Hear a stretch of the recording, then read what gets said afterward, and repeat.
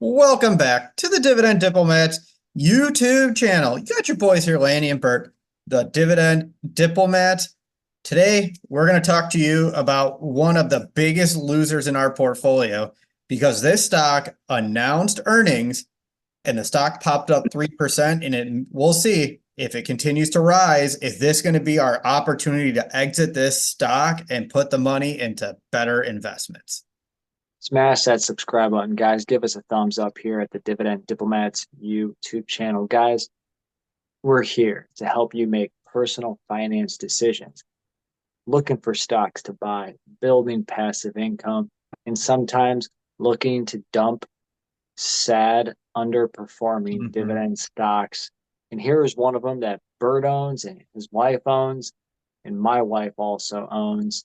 So Bert's uncovering a stock that's down 36% in the last 52 weeks, but had quite a bit of a beat on their earnings. That's right. So who are we talking about here? Let's just rip the Band-Aid off. We're talking Walgreens, ticker symbol WBA. We have talked obnoxiously about this company. Here's a nice piece of Yeah, they welcomed 2024 with a nice dividend cut that everyone knew was coming. No one was expecting it on the second. Was it the first or second trading day of the year, Lanny? It was one of them. It was, Happy New Year. yeah, surprise. But ever since then, I mean, Walgreens got up to $25 per share for a hot minute. Probably should have exited it at that time, but then it just has gone tumbling down ever since. Rolling forward, they just released earnings before the market opened on March 28th. That day, the stock popped over 3% and it rode the wave of the S&P 500 that day. That's why I'm going to take it. I'm using this as an opportunity to look at the earnings release, see what's going on, see what management's saying, and just know that if Walgreens continues to ride that momentum up, this may be my opportunity and any other Walgreens investor's opportunity to dump this position and move it elsewhere. Once a dividend aristocrat, guys, Walgreens, were they a dividend king at one point? I thought they were. If they weren't, they were right on the cusp of it. They were right on the cusp. Pre-COVID, this stock used to trade around $60 a share. A little bit Don't. after COVID, they were above 50 still in 2021, 2022. And then it's just been a huge fall downwards due to the changes in the pharmaceutical industry, the healthcare industry, retail, and just really not getting a good footing on what the heck is going on and why CVS can compete, insert all the insurance acquisitions that CVS is doing. And it seems like Walgreens is just trying to play catch up. They were, and that's what's finally caught to them, especially as you'll see once we dive into the earnings release. Um, because yeah, to your point, CVS has Aetna, Walgreens has Boots. CVS has its urgent care. Walgreens has the Village MD pharmacies. So you're right. They're going punch for punch. One is working and the other one just can't seem to get out of its way. But let's jump into these earnings here, Lanny. Let's see what's going on. Let's check out what happened. What went down on the top line here, Lanny? So, guys, when we're going through this earnings, we're going to look at a little bit of what happened on the top line, which is revenue, what happened on the bottom line, aka EPS. And we'll talk a little bit about a lot of other news within their earnings release. But yeah, Bert, they beat on the top. Like, analysts were expecting about 35.8 billion. They came in at 37 billion. So 1.2 billion dollars more than they were expecting. Yeah, it was a 6% increase compared to last year. And one of the articles I was reading about them is they saw a lot of sales growth in all their divisions too. They saw a 33% sales growth in US healthcare, 20% in their Village MD. They saw increase in pharmacy sales of 8%. They saw increase in overall prescriptions of 2%. So there's movement. There is movement here. There's some positive signs on the top line in the sales for Walgreens. Yeah. I mean, that's the first thing that caught my eye. I was like, okay, they got some momentum here. Outside of the $6 billion impairment charge, when they adjust EPS, analysts were expecting an adjusted EPS of 82 cents, and then Walgreens essentially stiff armed it and said $1.20. Yeah, crushed it.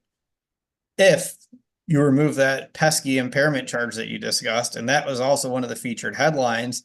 That's what dragged down their actual earnings and why they showed such a large net loss. It's because they had a $6 billion impairment on that Village MD acquisition they made several years ago. And what prompted that? Well, they announced that they're closing a bunch of the Village MD locations. They're shutting down a lot of the benefits that came along with that acquisition, a lot of the pharmacy, and I mean the clinics that they were using there. So they're slimming down.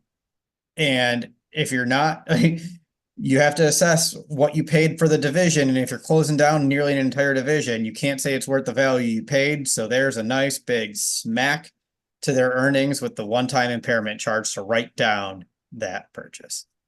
Sometimes it isn't the Warren Buffett quote, which is price is what you pay and value is what you get.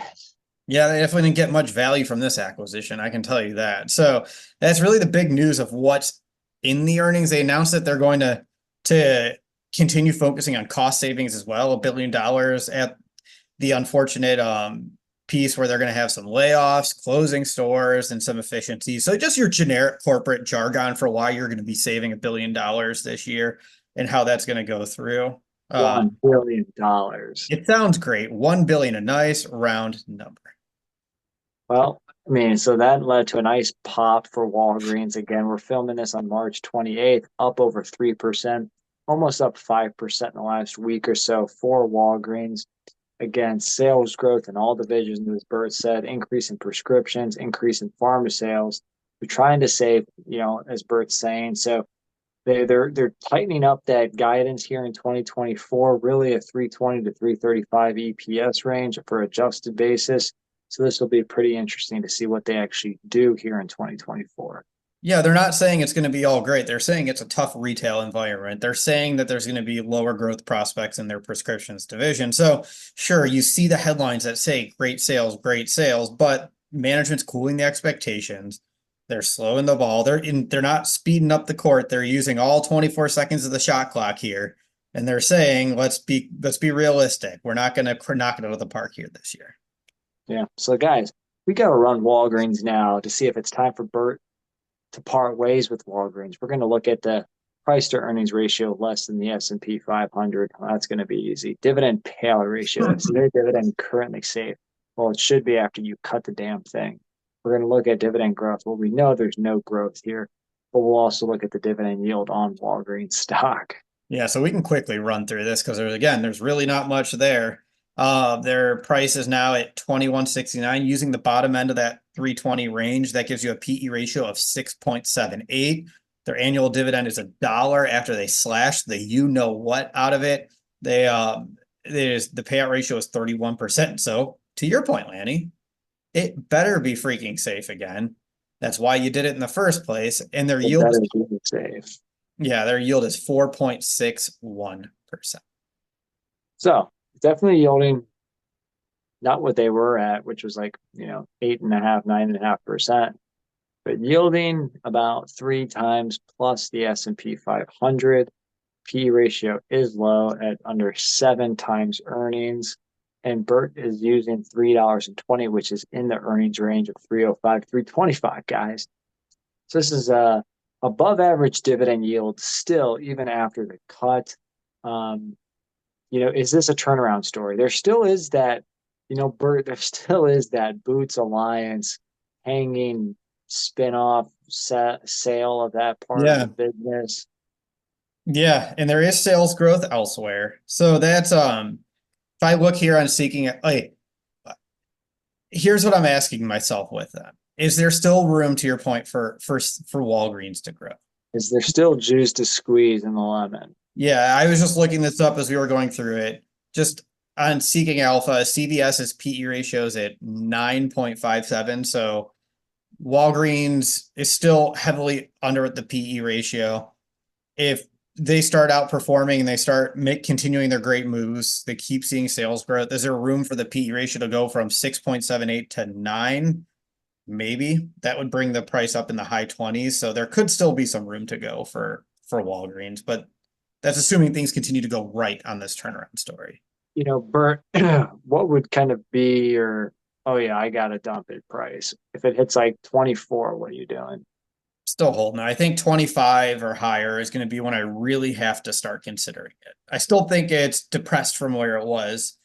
And if there's a run up, that's what, over 20%. 15%. Yeah, we're looking for about a 15% pop here.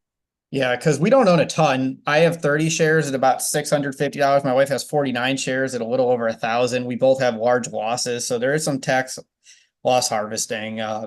But we're already at the lows, so is there still room to go? Where it's like I'm already in the gutter. Yes. Well, I am. I'm there. Leggett and Plot's hanging out with me. Me, Walgreens, and Leggett and Plot are all hanging out in the gutter right now. We're watching Warner Brothers Discovery and Paramount too on our streaming services in the gutter.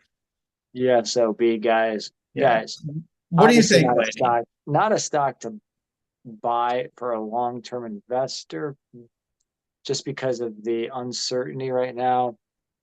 You know, you could definitely do a fun play on options maybe with Walgreens here, depending on where you think it's going. Um, you know, is there a turnaround story for Walgreens? I want the community to give us the feedback. I want you guys who are watching, drop a comment, drop a like. Do you guys like the idea of selling Walgreens if it hits $25 plus? Let us know in those comments, guys. I own Walgreens. Yeah, I'm probably north of 25 as well, just because, hey, let the drip happen at these low prices. Yeah, I know that's part of it. It's still dripping at 4.61. If there's room to run up, maybe you can sneak in another dividend at these low prices. So again, let us know. We can't wait to hear what you're thinking. What's your take on the news? And just remember, if you're not with us, you're against us, Jack. That was Bert, the Hurt, and Lanny from the Dividend Diplomats. Over and out.